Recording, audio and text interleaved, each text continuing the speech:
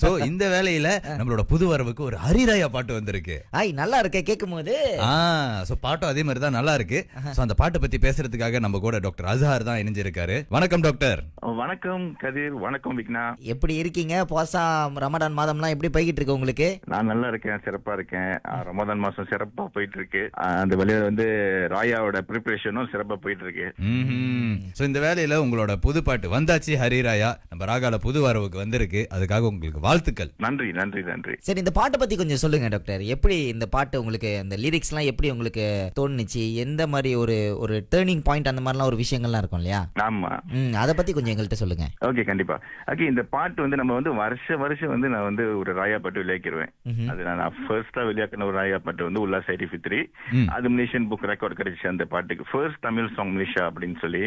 அப்புறம் மறு வருஷம் வந்து வெளிச்சம் ஹரிராயா அப்படின்னு. அப்புறம் லாஸ்ட் இயர் வந்து வைஃப் ஹரிராயா, அது மிலேயில வெளியாக்குனது. இந்த வருஷம் வந்து அதை வந்து நம்ம வந்து தமிழ்ல வெளியாக்கி இருக்கோம், வந்தாச்சு ஹரிராயா அப்படின்னு.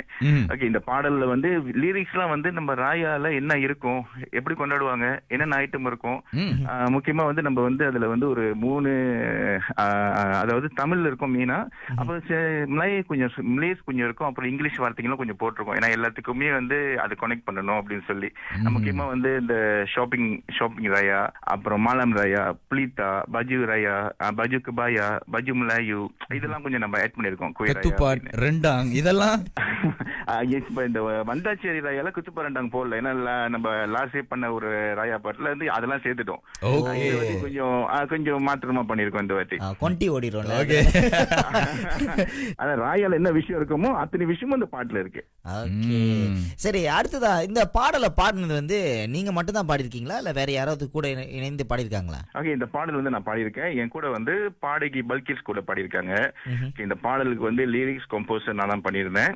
இந்த பாடலுக்கு வந்து வீடியோ கிளிப்பும் பண்ணியிருக்கோம். இந்த பாடலுக்கு கேமராமேன் டிஓபி வந்து அஜ்மீருல் அட்ரஹா. இந்த பாடல் வந்து யூடியூப் சேனல்ல இருக்கு, இன்னிசை மலர் ப்ரொடக்ஷன் யூடியூப் சேனல்ல இந்த பாடல் இருக்கு. கண்டிப்பா எல்லாரும் பார்க்கலாம்.